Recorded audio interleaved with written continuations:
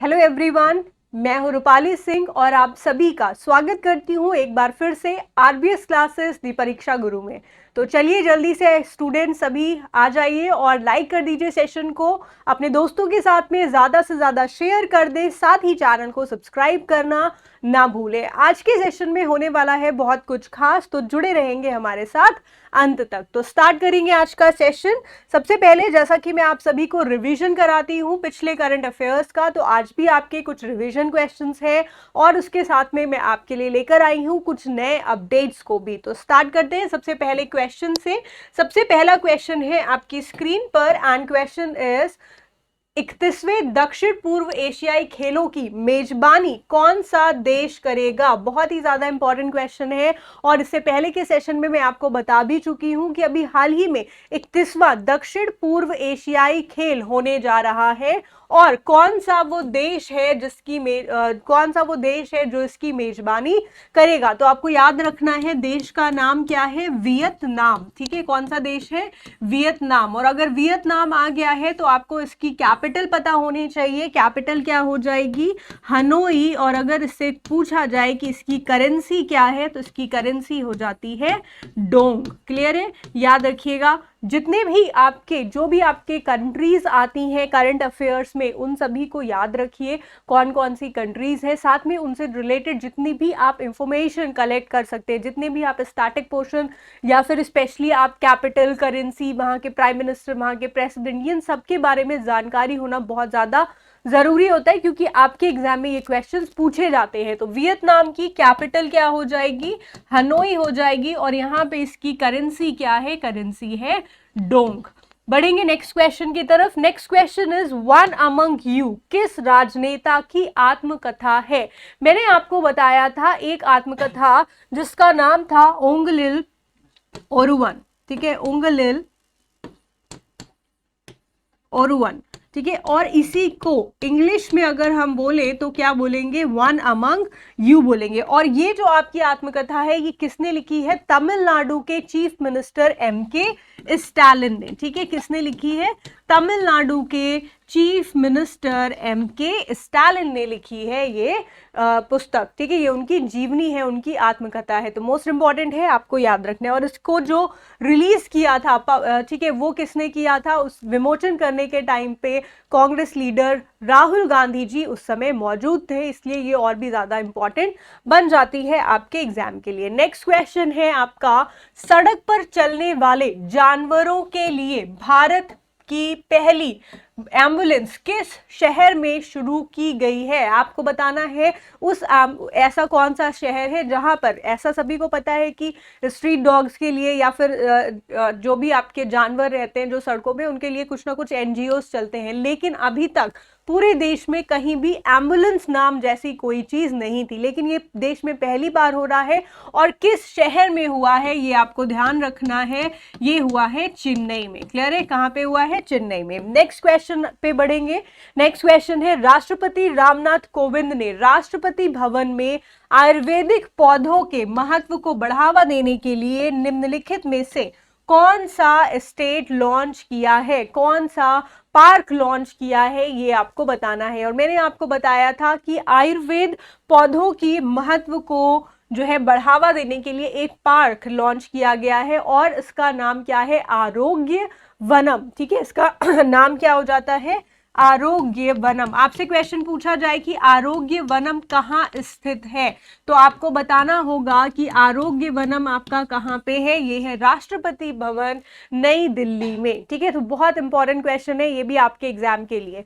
चलिए आगे बढ़ेंगे, नेक्स्ट क्वेश्चन देखते हैं। नेक्स्ट क्वेश्चन है, हाल ही में कौन सा संगठन है जिसने कि भारत में नेशनल जेंडर इंडेक्स जारी करेगा। ठीक है, नेशनल जेंडर इंडेक्स, पहली बार ऐसा हो रहा है कि नेशनल जेंडर इंडेक्स लॉन्च किया जा रहा है। पॉपुलेशन देखी जाएगी कि मेल फीमेल की पॉपुलेशन क्या है अलग अलग, और साथ में उसमें कितना रैंकिंग उसमें कितनी आ रही है। और ये आपका कौन सा संगठन है जो कि जारी करने वाला है, ये है आपका नीति आयोग। ठीक है, कौन सा संगठन हो जाएगा, नीति आयोग। अगर हम बात करते हैं नीति आयोग की तो सबसे ज्यादा इंपॉर्टेंट होता है इसका फुल फॉर्म। इसका फुल फॉर्म क्या है, national institution, national institution for transforming India, national institution for transforming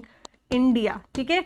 और इसका गठन कब हुआ था? इसका गठन हुआ था 1 जनवरी 2015 को, और साथ ही में इसने प्लानिंग कमीशन को, जो आपका इससे पहले प्लानिंग कमीशन चलता था, 5 ईयर प्लान चलते थे, उनको रिप्लेस किया था। और अगर आपसे क्वेश्चन पूछता है कि नीति आयोग के चेयरपर्सन का नाम बताइए, तो वो होते हैं हमारे देश के प्रधानमंत्री, और इस समय कौन है? नरेंद्र मोदी जी, ठीक है। तो उसको आपको ध्यान में रखना है। नेक्स्ट क्वेश्चन है डैश सांख्यिकी या भौतिकी के क्षेत्र में योगदान के लिए 2022 में बोल्ट्जमैन मेडल के लिए नामित होने वाले पहले भारतीय कौन बने हैं? बोल्ट्जमैन मेडल, यानी कि शॉर्ट में आपसे क्वेश्चन पूछा गया है कि बोल्ट्जमैन मेडल अवार्ड किसको दिया गया है, और ये आपका पूरे देश में पहले भारतीय बने हैं जिन्हें कि बोल्ट्जमैन मेडल अवार्ड दिया गया है, और इनका नाम क्या है? दीपक धर, ठीक है। नाम क्या हो जाएगा? दीपक धर, इनको याद रखिएगा, ये भी मैं आपको क्लास में करा चुकी हूं। नेक्स्ट क्वेश्चन आता है, चीन में निम्नलिखित में से किस रॉकेट का उपयोग करके 22 उपग्रहों को अंतरिक्ष में प्रक्षेपित करने का घरेलू रिकॉर्ड का दावा किया है? तो अभी चाइना ने एक आपके जो है एक रॉकेट है जिसका नाम है लॉन्ग मार्च 8, इससे 22 उपग्रहों को लॉन्च किया है। तो यहीं पे आपको रॉकेट का नाम बताना है, और रॉकेट का नाम क्या हो जाता है? लॉन्ग मार्च 8। कौन से देश ने जो है इसको लॉन्च किया है? याद रखिएगा, ये हो जाता है चाइना। चाइना की कैपिटल पूछा जाए तो बीजिंग हो जाएगा, यहाँ पे करेंसी पूछा जाए तो रेनमिनबी हो जाएगा, प्रेसिडेंट का नाम पूछा जाए तो शी जिनपिंग हो जाता है। क्लियर? चलिए नेक्स्ट क्वेश्चन आता है, नागरिक सुरक्षा के महत्व का सम्मान करने के लिए विश्व नागरिक सुरक्षा दिवस प्रतिवर्ष किस दिन दुनिया भर में मनाया जाता है? तो आपको बताना है नागरिक सुरक्षा दिवस ये आपका किस दिन मनाया जाता है? ये मनाया जाता है हर वर्ष 1 मार्च को, ठीक है। कब मनाया जाता है? 1 मार्च को। इसी दिन आपका जीरो टॉलरेंस डे, ठीक है, ये भी मनाया जाता है। शून्य भेदभाव दिवस भी आपका 1 मार्च को ही मनाया जाता है। आगे बढ़ेंगे, नेक्स्ट क्वेश्चन है डैश नागरिक लेखा दिवस 2 मार्च 2022 को डॉक्टर अंबेडकर अंतरराष्ट्रीय केंद्र जनपथ नई दिल्ली में मनाया गया है। तो आपको बताना है कौन सा संस्करण, यानी कि नागरिक लेखा दिवस जो कि 2 मार्च 2022 को मनाया गया, ठीक है। कहां पे मनाया गया? नई दिल्ली में मनाया गया। और इसका इस वर्ष आपका वर्ष 2022 में कौन सा संस्करण मनाया गया है, ये आपको यहाँ पे बताना है। कौन सा एडिशन? तो ये कौन सा एडिशन हो जाएगा? 46th एडिशन, यानी कि 46वां नागरिक लेखा दिवस 2 मार्च 2022 को डॉक्टर अंबेडकर अंतरराष्ट्रीय केंद्र जनपथ नई दिल्ली में मनाया गया। आगे बढ़ते हैं नेक्स्ट क्वेश्चन की तरफ। नेक्स्ट क्वेश्चन है उड़ान एक मजदूर बच्चे की पुस्तक किसके द्वारा लिखी गई है? इसके लेखक का नाम बताइए। उड़ान एक मजदूर बच्चे की, ठीक है। तो आपको ये पुस्तक जो है इसका विमोचन किया था एक बहुत ही फेमस आपके सिंगर है अनूप जलोटा जी ने। और अगर हम बात करेंगे कि इसके लेखक का नाम क्या है, तो इनके लेखक का नाम है मिथिलेश तिवारी, ठीक है। इनके लेखक का नाम क्या है? मिथिलेश तिवारी। क्लियर? चलिए आगे बढ़ते हैं, नेक्स्ट क्वेश्चन देखेंगे। निम्नलिखित में से कौन सी टीम ने प्रो कबड्डी लीग सीजन 8 का फाइनल जीता है? ठीक है, तो अभी आपको मैंने बताया था कुछ टाइम पहले ही कि प्रो कबड्डी लीग सीजन 8 आपका जो है हुआ है, और इसमें कौन सी टीम जो है वो फाइनल में विजयी रही है? तो ये है आपकी दिल्ली दबंग, ठीक है, दबंग दिल्ली, और जिसको हराया है वो है पटना पायरेट। तो दिल्ली, दबंग दिल्ली, और जिसको हराया है वो कौन सी टीम है? Patna pirates, Patna pirates. Clear? तो उसको आपको ध्यान में रखना होगा। ठीक है, पहली चीज, प्रो कबड्डी लीग का कौन सा सीजन था इस बार? 8 सीजन था।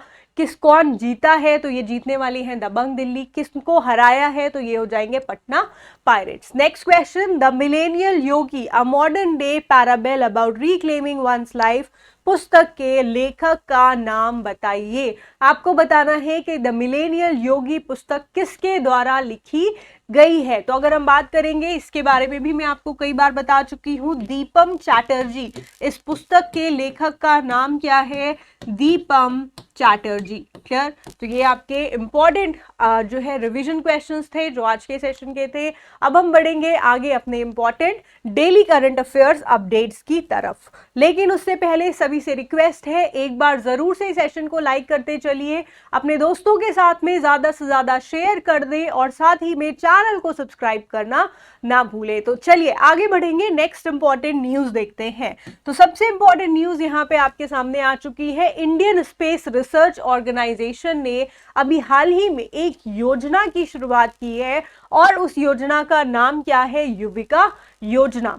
एग्जाम में आपसे क्वेश्चन पूछा जा सकता है कि निम्नलिखित में से कौन से संगठन ने युविका योजना जो है उसकी शुरुआत की है? आपको ऑप्शन मिल सकता है डीआरडीओ या फिर इसरो या फिर आपके अदर ऑप्शंस भी हो सकते हैं। आपको ध्यान रखना है कि ये किसने शुरू किया है? ये किया है इसरो। इसरो का फुल फॉर्म क्या होता है? इंडियन स्पेस रिसर्च ऑर्गेनाइजेशन, यहाँ पे लिखा हुआ है। चलिए न्यूज देखते हैं। तो इसरो करेगा साइंटिस्ट प्रोग्राम के लिए 150 छात्रों का चयन। यहाँ पे कितने छात्रों का चयन किया जा रहा है?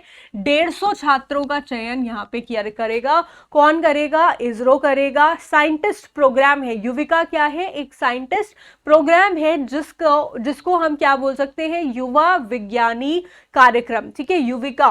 तो इसरो स्कूली बच्चों के लिए युवा विज्ञानी कार्यक्रम यानी कि युविका या फिर यंग साइंटिस्ट प्रोग्राम नामक एक विशेष कार्यक्रम का आयोजन कर रहा है और इसी के साथ में यह विशेष रूप से ग्रामीण क्षेत्रों के युवा छात्रों को अंतरिक्ष में, अंतरिक्ष प्रौद्योगिकी, अंतरिक्ष विज्ञान और अंतरिक्ष अनुप्रयोगों पर बुनियादी ज्ञान प्रदान करेगा। और कार्यक्रम का उद्देश्य क्या है? कि देश भर में 150 छात्रों का चयन करना जो कि 1 मार्च 2022 तक कक्षा 9 में पढ़ रहे हैं, है ना। तो यहाँ पे जितने भी युवा हैं उन सभी के लिए एक बेहद ही जो है सुनहरा मौका है अगर आप वैज्ञानिक बनना चाहते हैं तो। ठीक है, तो इस प्रोग्राम के थ्रू आप बन सकते हैं वैज्ञानिक। चलिए आगे बढ़ेंगे नेक्स्ट इंपॉर्टेंट न्यूज की तरफ। नेक्स्ट इंपॉर्टेंट न्यूज है आपकी, आप पिक्चर में देख सकते हैं मिताली राज को। मिताली राज के बारे में अगर हम बात करते हैं तो ये आपकी पहली महिला है जिन्होंने 7000 रन बनाए हैं। ठीक है, और सचिन तेंदुलकर पहले व्यक्ति थे, पहले पुरुष थे और पहले व्यक्ति भी थे जिन्होंने 7000 रन की पारी को पूरा किया था। मुथैया मुरलीधरन आपके दूसरे नंबर पे थे और तीसरे नंबर पे आपकी कौन है? मिताली राज है। और अगर हम बात करते हैं मिताली राज की तो ये आपकी सबसे ज्यादा विश्व कप में यानी कि 6 विश्व कप खेलने वाली पहली महिला भी बन चुकी है। और इसी के साथ में इन्होंने एक और रिकॉर्ड अपने नाम कर लिया है। कौन सा रिकॉर्ड है? मिताली राज ने तोड़ा है वर्ल्ड कप कप्तानी का रिकॉर्ड, यानी कि वर्ल्ड कप में कप्तानी करने का रिकॉर्ड भी इन्होंने अब तोड़ दिया है। तो चलिए 12 मार्च 2022 को मिताली राज ने पूर्व ऑस्ट्रेलियाई समकक्ष बेलिंडा क्लार्क को पीछे छोड़ते हुए आईसीसी महिला विश्व कप में कप्तानी करने वाले सर्वाधिक मैचों का रिकॉर्ड भी तोड़ दिया है। तो कितने सारे खिताब इनके नाम हो चुके हैं, इन सभी की लिस्ट बना लीजिए क्योंकि ये सभी आपके एग्जाम्स के लिए इंपॉर्टेंट है। और उन्होंने वेस्ट इंडीज के खिलाफ मैच में यह उपलब्धि हासिल की है। अगर आपसे क्वेश्चन पूछा जाए कि मिताली राज ने वर्ल्ड कप कप्तानी का रिकॉर्ड किसके खिलाफ, किस टीम के खिलाफ जो है तोड़ा है, तो याद रखिएगा वेस्ट इंडीज। और अगर आपसे क्वेश्चन पूछा जाता है कि बताइए आईसीसी महिला विश्व कप का आयोजन कहां पर हो रहा है, तो आपको याद रखना है ये कहां पे हो रहा है? न्यूजीलैंड में। ठीक है, तो आपका जो वर्ल्ड कप है आईसीसी विमेंस वर्ल्ड कप, ये कहां पे आयोजित किया जा रहा है? न्यूजीलैंड में। इसको भी आपको ध्यान में रखना है। तो ये तो कुछ बातें हुई मिताली राज के लिए। आगे बढ़ेंगे नेक्स्ट इंपॉर्टेंट न्यूज की तरफ। और यहाँ पे आप पिक्चर देख सकते हैं देबाशीष पांडा की, ठीक है, देबाशीष पांडा, इनकी अभी हाल ही में नई नियुक्ति हुई है IRDAI के अध्यक्ष के रूप में। चलिए यहाँ पे बात कर लेते हैं सबसे पहले तो हम IRDAI के बारे में, ठीक है, ये क्या होता है, कैसी संस्था है, इसका फुल फॉर्म क्या है, ठीक है, कब इसका गठन हुआ, इसका हेडक्वार्टर क्या है, ये सभी जानकारी पहले तो मैं आप सभी को दे देती हूँ। IRDAI की बात करते हैं, इसका फुल फॉर्म हो जाता है इंश्योरेंस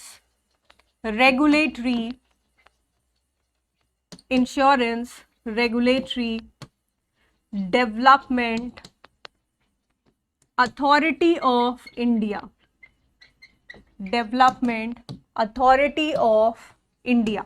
क्लियर।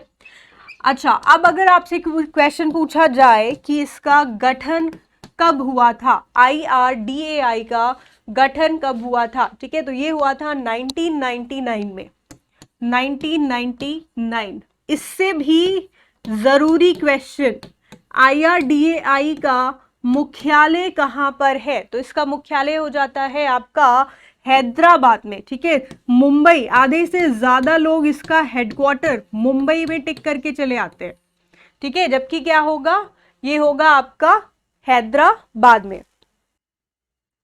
ठीक है, तो इसका मुख्यालय कहां पे हो जाता है, ये हो जाता है आपका हैदराबाद में। तो याद रखिएगा, मुंबई नहीं है, दिल्ली नहीं है, चेन्नई नहीं है। बहुत सारे स्टूडेंट्स जो है कंफ्यूज रहते हैं कि जब भी आपका हेडक्वार्टर पूछा जाता है या तो आप मुंबई मार्क करके आते हैं या तो दिल्ली मार्क करके आते हैं, लेकिन सही जवाब क्या होगा, IRDAI का कहां पर है मुख्यालय, हैदराबाद में, इसको याद रखिएगा। इसके पहले जो इसके अध्यक्ष थे उनका नाम था सुभाष कुमार कुंतिया, और अब बदल के कौन हो गए हैं, देबाशीष पांडे नियुक्त किए गए हैं। तो केंद्र सरकार ने पूर्व वित्तीय सेवा सचिव देबाशीष पांडा को IRDAI भारतीय बीमा नियामक विकास प्राधिकरण का अध्यक्ष नियुक्त किया है। और ये जो बीमा नियामक के प्रमुख के रूप में उनका कार्यकाल है वो कितने साल तक चलने वाला है, ये कार्यकाल उनका रहेगा 3 साल तक, क्लियर। तो याद रखिएगा 3 साल तक आपको इन्हीं को याद रखना है, देबाशीष पांडा IRDAI के नए अध्यक्ष। अच्छा, IRDAI insurance regulatory development authority of India, इसका काम क्या होता है, इसका कार्य होता है जितनी भी आपकी इंश्योरेंस कंपनीज हैं, जैसे कि LIC हो गया, GIC हो गया, ठीक है, अदर जितनी भी आपकी हैं, ठीक है, उन सभी की, एक्सा लाइफ इंश्योरेंस है, उन सभी की निगरानी करना, उन सभी की जो ऑथराइज्ड पावर है वो किसके पास होती है, IRDAI के पास होती है। कुछ ऐसे समझ सकते हैं जैसे कि हमारे जितने भी नेशनलाइज बैंक्स हो गए, जैसे कि SBI है, ठीक है, या फिर आपका इंडियन बैंक है, पंजाब नेशनल बैंक है, बैंक ऑफ बड़ौदा है, ये सभी किसके अंडर में काम करते हैं, ये सभी काम करते हैं रिजर्व बैंक ऑफ इंडिया के अंडर में। इसी तरह से जितनी भी आपकी इंश्योरेंस कंपनीज हैं वो किसके अंडर में काम करती हैं, वो काम करती हैं IRDAI के अंडर में, ठीक है। तो इसी तरह से आपको इसको याद रखना है कि जो रेगुलेटिंग पावर है इंश्योरेंस कंपनीज की वो किसके पास है, वो है आपकी IRDAI के पास में। तो इसके अध्यक्ष भी इंपॉर्टेंट बनते हैं और इनके अध्यक्ष कौन है, देबाशीष पांडा। चलिए आगे बढ़ते हैं नेक्स्ट इंपॉर्टेंट न्यूज की तरफ। आप न्यूज में देख सकते हैं FATF के बारे में यहाँ पे बताया गया है, ठीक है। FATF का फुल फॉर्म क्या है, फाइनेंशियल एक्शन टास्क फोर्स, सबसे ज्यादा इंपॉर्टेंट रहता है इसका full form, financial action task force. क्या काम करती है, ठीक है, जितनी भी ये आपकी एक इंटरनेशनल ऑर्गेनाइजेशन है और वो सभी देशों की ये मॉनिटरिंग करती है जो कि आतंकवाद को फंडिंग करते हैं। जैसे कि हम बात करते हैं पाकिस्तान की, तो पाकिस्तान क्या करता है, मनी लॉन्ड्रिंग का काम करता है और क्या करता है, आतंकवाद को बढ़ावा देता है। तो इन सभी को मॉनिटरिंग करने का काम करने की संस्था का नाम क्या है, FATF, यानी कि फाइनेंशियल एक्शन टास्क फोर्स। और इसके अभी हाल ही में नए अध्यक्ष चुने गए हैं और इनका नाम क्या है, इनका नाम है T राजा कुमार, ठीक है, T राजा कुमार। कौन से देश के हैं, ये है आपके सिंगापुर के। तो बहुत इंपॉर्टेंट है, इसको भी आपको ध्यान में रखना है। FATF का गठन कब हुआ था, 1989 में हुआ था G7 कंट्रीज के द्वारा, ठीक है। चलिए बात करें सिंगापुर के T राजा कुमार, ठीक है, फाइनेंशियल एक्शन टास्क फोर्स का अध्यक्ष इन्हें नियुक्त किया गया है। उनकी नियुक्ति 1 जुलाई 2022 से शुरू होती है, जो 2 साल के निश्चित कार्यकाल के लिए की गई है, और वे जर्मनी के डॉक्टर मैक्स प्लेयर का यहां पर स्थान लेने वाले हैं। FATF 1989 में G7 द्वारा स्थापित एक अंतर सरकारी निकाय है जो मनी लॉन्ड्रिंग और आतंकवाद को रोकने और मुकाबला करने के लिए अंतरराष्ट्रीय मानक निर्धारित करता है। क्लियर है? और अभी अगर पूछा जाए, इसमें आपकी 2 लिस्ट भी आती है। ठीक है, कौन कौन सी लिस्ट आती है? एक आती है आपकी ग्रे लिस्ट, जो कि मैं आपको ऑलरेडी बता चुकी हूं। ठीक है, और दूसरी आपकी कौन सी आती है? Black list. ठीक है, कौन सी लिस्ट है? Black list. और ग्रे लिस्ट में अभी कौन सा देश है जिसको अभी जो है 6 मंथ्स के लिए और मतलब इसमें ग्रे लिस्ट में बिताना होगा, तो ये कौन सा देश हो जाएगा? पाकिस्तान। ठीक है, पाकिस्तान अभी आपका जो है वर्ष 2019 से करीब ये ग्रे लिस्ट में चल रहा है और अभी भी ये ग्रे लिस्ट में रहने वाला है। इसके अलावा और कौन सा देश है जो ग्रे लिस्ट में है? ये है आपका ईरान। ठीक है, कौन सा देश हो जाएगा? ईरान। चलिए आगे बढ़ते हैं नेक्स्ट इंपॉर्टेंट न्यूज की तरफ। जैसा कि आप यहाँ पे देख सकते हैं, एक एरोप्लेन है। एरोप्लेन को उड़ने के लिए फ्यूल की जरूरत होती है, सबको पता है। क्या हमने इससे पहले कभी सोचा था कि सूर्य की रोशनी से या सूर्य के प्रकाश से भी एयरलाइंस बनाई जा सकती है या एरोप्लेन्स उड़ाए जा सकते हैं? ऐसा कर दिखाया है स्विस इंटरनेशनल ने। ठीक है, किसने? स्विस इंटरनेशनल ने। तो सूर्य के प्रकाश से बने ईंधन का उपयोग करने वाली पहली एयरलाइन कौन सी होगी? ये होगी स्विस एयरलाइंस। क्लियर? बहुत इंपॉर्टेंट न्यूज है ये, क्योंकि सूर्य के प्रकाश से बने ईंधन का उपयोग कर रही है और ऐसा ये पूरी दुनिया में पहली बार होने वाला है। ठीक है, तो स्विस इंटरनेशनल एयरलाइंस और उसके मूल लुफ्तांसा समूह ने अपने सौर विमानन ईंधन का उपयोग करने के लिए सिंथेटिक ईंधन समूह सिनहेलियन के साथ एक समझौते पर हस्ताक्षर किए हैं और ये स्विस को सन टू लिक्विड ईंधन का उपयोग करने वाली दुनिया की पहली एयरलाइन बना देगा। क्लियर है? तो याद रखिएगा, मोस्ट इंपॉर्टेंट न्यूज है ये आपके एग्जाम के लिए। ठीक है, तो सूर्य के प्रकाश से बने ईंधन का उपयोग करने वाली पहली एयरलाइन कौन सी एयरलाइन हो जाएगी? Swiss airline. चलिए आगे बढ़ते हैं नेक्स्ट इंपॉर्टेंट न्यूज की तरफ। यहाँ पे आप देख सकते हैं, ठीक है, ये आपका क्या है? यहाँ पे आप ये देख पा रहे होंगे कि आपका एक कमल का फूल बना हुआ है। ठीक है, क्या बना है? कमल का फूल। और यहाँ पे जो आप देख रहे हैं ये आपका एक ट्यूलिप का फूल है। ठीक है, ट्यूलिप का फूल है। कमल के फूल की बात करें तो ये हमारे इंडिया का नेशनल फ्लावर है, और अगर हम बात करें ट्यूलिप की तो ये हमारे नीदरलैंड्स कंट्री का नेशनल फ्लावर है। तो इन दोनों को मिला करके एक समझौता हुआ है इंडिया और नीदरलैंड्स के बीच में, और इसका लोगो क्या है? इसका लोगो है कमल और ट्यूलिप का जो कॉम्बिनेशन है, यही इसका लोगो बना है। तो चलिए देखते हैं ये आपका क्या अनावरण हुआ है इसका। तो भारत नीदरलैंड संबंधों के 75 साल पूरे होने पर विशेष लोगो का अनावरण किया गया है। ठीक है, यहाँ पे आपका जो है एक जो संबंध बने हुए हैं भारत और नीदरलैंड्स के बीच में, इसको 75 साल पूरे हो गए हैं और इसी वजह से इसके चलते ही एक लोगो बनाया गया है, और वो लोगो में आपका जो है एक सिंबल दिया गया है, और उस सिंबल में क्या क्या चीजें हैं? उस सिंबल में एक लोटस यानी कि कमल का फूल है और एक ट्यूलिप का फूल है। ठीक है, ट्यूलिप का फ्लावर है।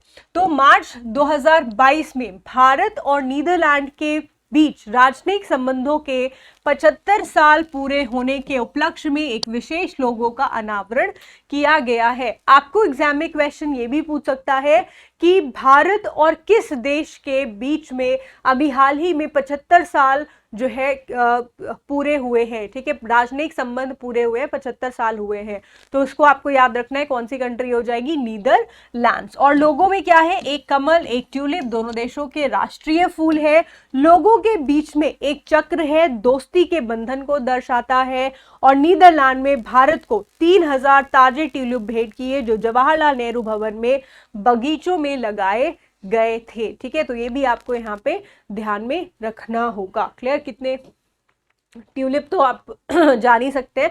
और अगर हम ट्यूलिप गार्डन की बात करें कि भारत में आपका ट्यूलिप गार्डन कहाँ पर है, तो सबसे बड़ा ट्यूलिप गार्डन आपका होता है जम्मू एंड कश्मीर में, और सेकंड नंबर पे अगर पूछा जाए तो ये हो जाता है आपका हिमाचल प्रदेश में। ठीक है, चलिए नीदरलैंड्स आया है, तो नीदरलैंड्स की अगर हम बात करें, इसकी कैपिटल क्या हो जाती है, इसकी कैपिटल हो जाती है एम्स्टरडैम। यहाँ पे लिख दे रही हूँ, आप सभी को क्लियर रहेगा।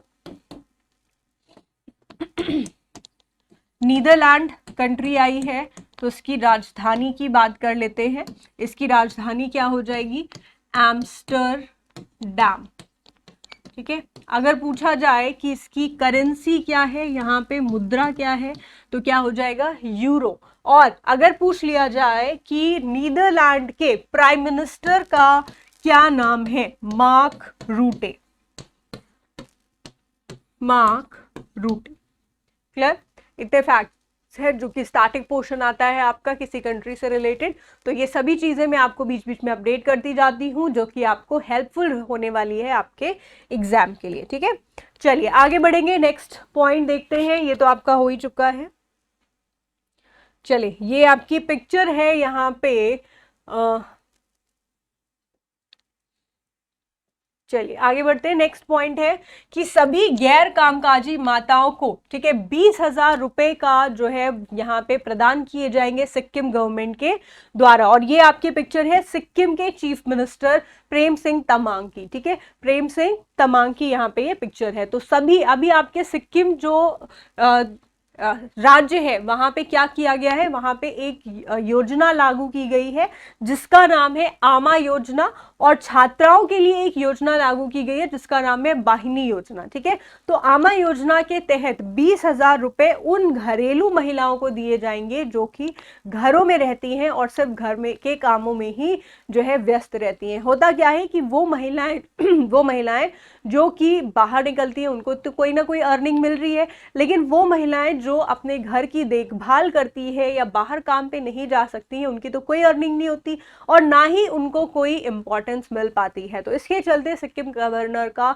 सिक्किम के गवर्नमेंट का ये नया आपका जो है एक स्कीम है कह सकते हैं, और एक नई योजना है जिसके तहत सभी गैर कामकाजी माताओं को 20,000 रुपए प्रदान करा जाएगा। सिक्किम सरकार गैर कामकाजी माताओं के लिए आमा योजना और छात्राओं के लिए बहनी योजना लागू करेगी। आमा योजना के तहत राज्य के सभी गैर कामकाजी माताओं को उनके बैंक खातों में सालाना 20,000 रुपए मिलेंगे। और बहिनी योजना के तहत जितने भी आपके राज्य सरकार में के तहत जो भी आपकी कक्षा 9 या उससे ऊपर की छात्राओं के लिए निःशुल्क सैनिटरी नैपकिन भी प्रदान की जाएगी। क्लियर है, तो ये दो फैक्ट्स हैं जो कि आपको याद रखना है। तो अगर क्वेश्चन पूछा जाए कि आमा योजना किस सरकार ने शुरू की है, तो याद रखना है कौन सी सरकार होगी, आमा योजना या बहनी योजना, ये दोनों ही आपकी सिक्किम सरकार की योजना है। आमा योजना के तहत कितनी धनराशि माताओं को या गैर कामकाजी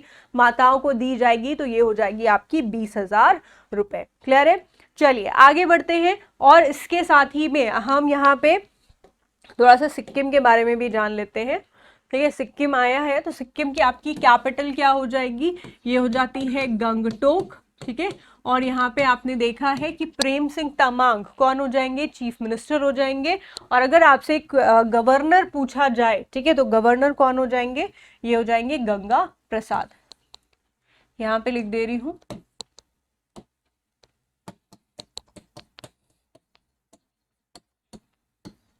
सिक्किम राजधानी गंगटोक,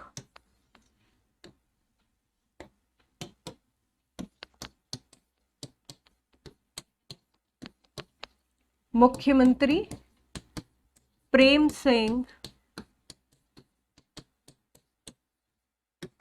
तमांग, और फिर आते हैं आपके गवर्नर गंगा प्रसाद।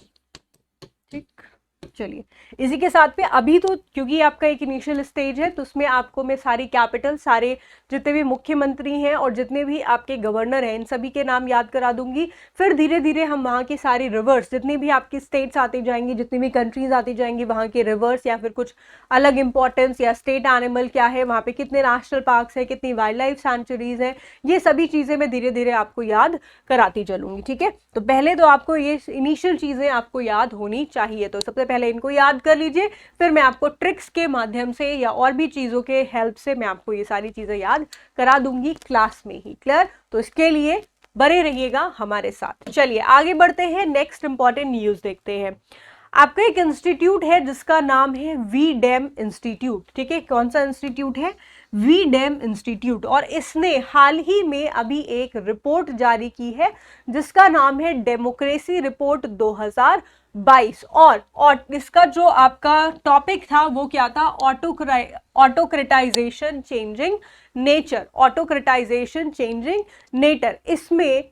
इसमें जो आपका भारत का स्थान है वो आपका कौन सा स्थान है? 93rd रैंक आई है इंडिया की out of 179 countries, I think so. चलिए देखते हैं यहाँ पे क्या इंपॉर्टेंट न्यूज है। तो वी-डेम डेमोक्रेसी रिपोर्ट 2022 में भारत की रैंक क्या है? 53वीं रैंक आई है, 93rd स्थान पे रहा है। डेमोक्रेसी रिपोर्ट में अगर हम बात करते हैं तो उसका नवीनतम संस्करण हाल ही में स्वीडन के गॉथेनबर्ग विश्वविद्यालय में वी-डेम संस्था द्वारा जारी किया गया था। और इस अध्ययन का जो शीर्षक है वो क्या है? Democracy report 2022 autocratisation changing nature. आपसे क्वेश्चन डायरेक्टली पूछा जा सकता है कि जो आपकी वी-डेम डेमोक्रेसी रिपोर्ट आई है उसका शीर्षक क्या है? तो शीर्षक क्या हो जाएगा? Autocratisation changing nature. फिर उसके बाद में अगर बात करें तो यहाँ पे आपका लिबरल डेमोक्रेटिक इंडेक्स रिपोर्ट में इनके स्कोर के आधारों पर जो है देशों की रैंकिंग की जाती है और इनको 4 शासन प्रकारों में वर्गीकृत किया जाता है। वो कौन से 4 शासन प्रकार है? एक हो गया लिबरल डेमोक्रेसी, ठीक है, liberal democracy, electoral democracy, electoral autocracy और उसके बाद में क्लोज्ड ऑटोक्रेसी। तो इन 4 भागों में, इन 4 जो है पार्ट्स में इसको डिवाइड किया जाता है और इसके अकॉर्डिंग ही स्कोर के अकॉर्डिंग यहाँ पे रैंकिंग की जाती है। चलिए लिबरल डेमोक्रेसी इंडेक्स की अगर बात करें तो आपके शीर्ष 5 देश ये कौन कौन से हो जाते हैं?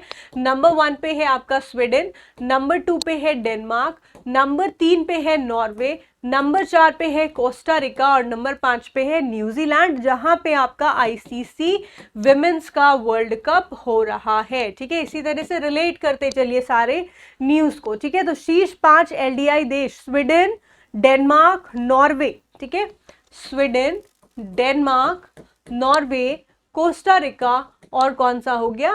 न्यूजीलैंड। तो एसडीएन सीएन ये है आपकी ट्रिक जिससे आप याद कर सकते हैं 5 एलडीआई देशों के नाम। और भारत के प्रदर्शन की बात करें तो 179 देशों में से कौन से स्थान पे रहा है? 93rd रैंक रही है। और रिपोर्ट में कहा गया है कि भारत जो है वो दुनिया के शीर्ष 10 निरंकुश में से एक आता है। ठीक है, निरंकुश देशों में से की जो एक लिस्ट है टॉप 10 निरंकुश देशों की, उसमें से एक नाम किसका है? भारत देश का आ जाता है। ठीक है, तो वैसे आपको रैंक अगर याद रखनी है तो कौन सी रैंक हो जाएगी? 9। चलिए तो यहाँ पे आप पिक्चर देख सकते हैं जस्टिस ए.के. सीकरी की। ठीक है, और अगर हम बात करते हैं जस्टिस ए.के. सीकरी की तो इन्हें हाल ही में 4 धाम परियोजना समिति का जो गठन किया गया है उसके अध्यक्ष के रूप में इन्हें नियुक्त किया गया है। तो अगर आपसे एग्जाम में क्वेश्चन पूछता है कि 4 धाम परियोजना समिति के अध्यक्ष कौन नियुक्त किए गए हैं तो याद रखिएगा जस्टिस ए.के.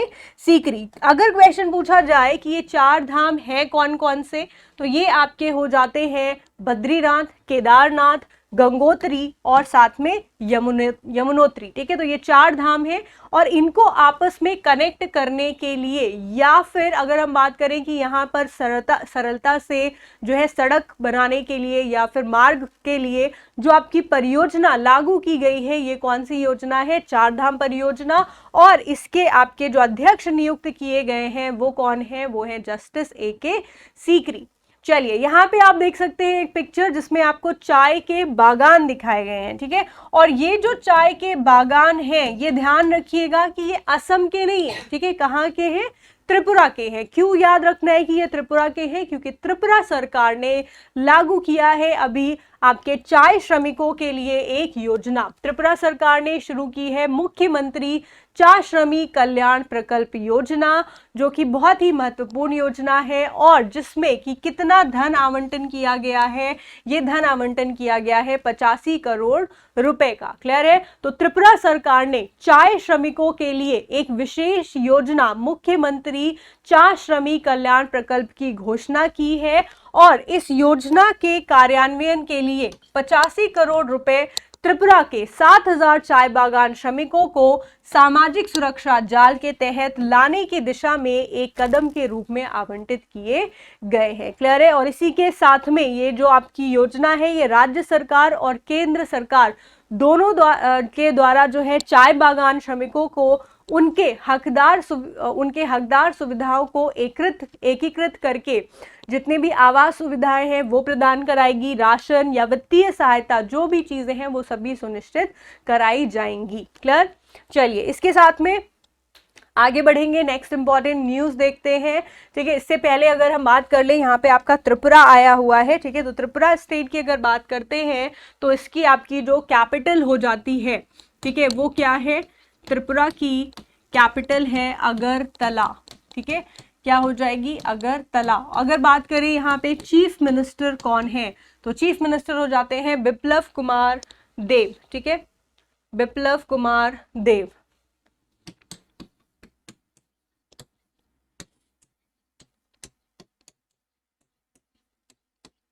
और गवर्नर यहाँ पे अगर हम बात करें कि राज्यपाल कौन है, तो ये है सत्यदेव नारायण।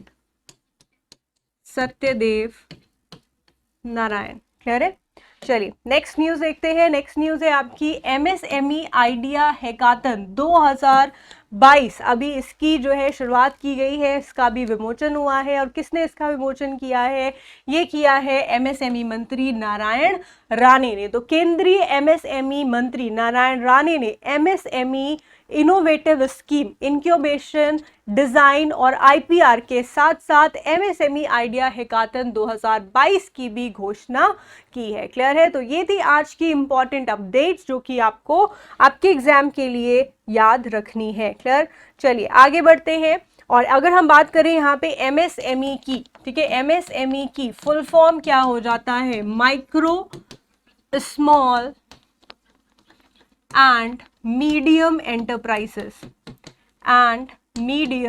एंटरप्राइजेस।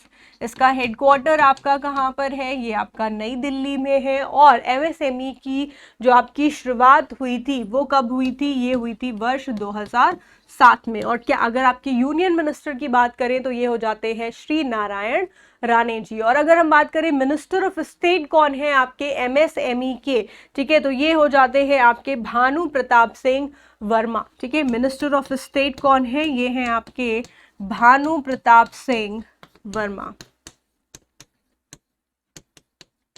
इसको भी आप याद रख सकते हैं।